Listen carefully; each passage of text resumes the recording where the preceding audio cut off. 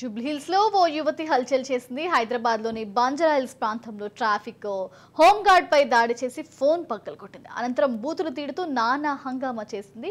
డ్యూటీలో ఉన్న traffic home guard పై దాడి చేయడంతో ఆమెపై కేసు నమోదైంది. హైదరాబాద్ జూబ్లీహిల్స్ బంజారాహిల్స్ రాంగ్ రూట్ లో వచ్చిన యువతి కారును హోమ్ గార్డ్ అడ్డుకున్నాడు. దీంతో యువతి బూతులు తిడుతూ అతని బట్టలు చింపి దాడికి పాల్పడింది. రాంగ్ రూట్ లో రావడంతో సహకరించడానికి బదులు ఆ మహిళ ఆగ్రహానికి గురై తనను అడ్డుకున్న హోమ్ గార్డ్ ను దూషించింది. చుట్టుపక్కల వారు సర్ది చెప్పేందుకు ప్రయత్నించినా ఆమె ఏమాత్రం తగ్గలేదని ప్రత్యక్ష సాక్షులు తెలిపారు. ఈ ఘటనను వీడియోలో చిత్రీకరిస్తున్న ట్రాఫిక్ హోమ్ గార్డ్ పై ఆమె భౌతికంగా దాడి చేసింది.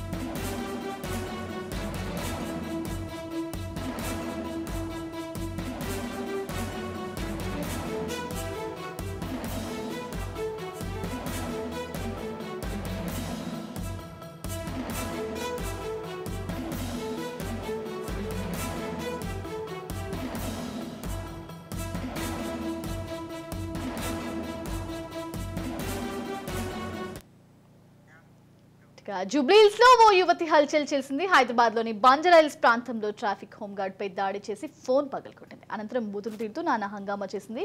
డ్యూటీలో ఉన్న ట్రాఫిక్ హోమ్ గార్డ్ పై దాడి చేయడంతో ఆమెపై కేసు నమోదైంది. ఓవరాల్ ఇదే అంశానికి సంబంధించి మరింత సమాచారం మా క్రైమ్ బ్యూరో చీఫ్ ఇనారెడ్డి అందిస్తారు. Inareddy, over to you.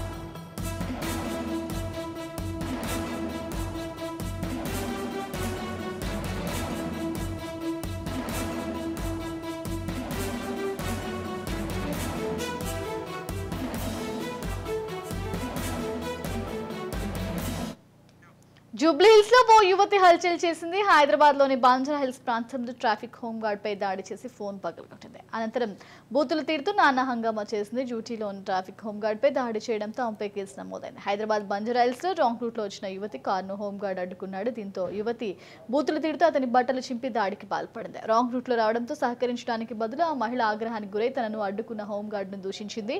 చుట్టుపక్కల వారు సర్ది చెప్పేందుకు ప్రయత్నించినా ఆమె ఏమాత్రం తగ్గలేదని ప్రత్యక్ష సాక్షులు తెలిపారు. ఈ ఘటనను వీడియోలో చిత్రీకరిస్తున్న ట్రాఫిక్ హోమ్ గార్డ్ పై ఆమె భౌతికంగా దాడి చేసింది.